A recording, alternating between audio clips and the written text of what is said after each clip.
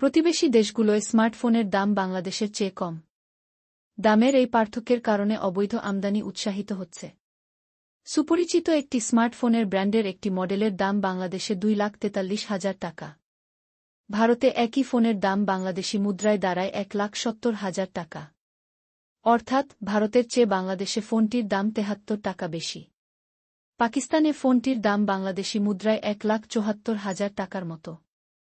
অর্থাৎ পাকিস্তানের চেয়ে বাংলাদেশে ফোনটি কিনতে 79,000 টাকা বেশি দাম দিতে হয়। যদিও বাংলাদেশে অবৈধভাবে আনা একই ফোনের দাম 1 লাখ টাকার আশপাশে। শুধু এই একটি মডেল বা একটি ব্র্যান্ড নয়, প্রতিবেশী দেশগুলোর চেয়ে বাংলাদেশে স্মার্টফোনের দাম মোটামুটি সব ক্ষেত্রেই বেশি।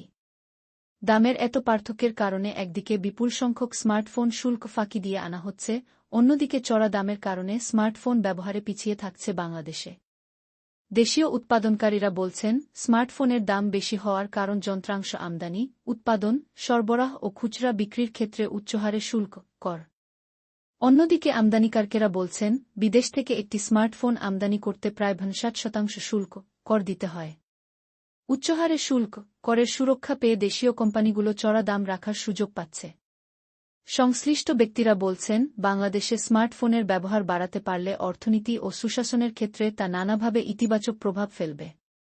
তাই সরকারের উচিত আগামী 2025 ও 2026 অর্থবছরের বাজেটে স্মার্টফোন সাশ্রয়ী করার দিকে নজর দেওয়া। আরও এমন ডেইলি নিউজ পেতে আমাদের চ্যানেলটিতে লাইক এবং সাবস্ক্রাইব করে পাশে থাকবেন।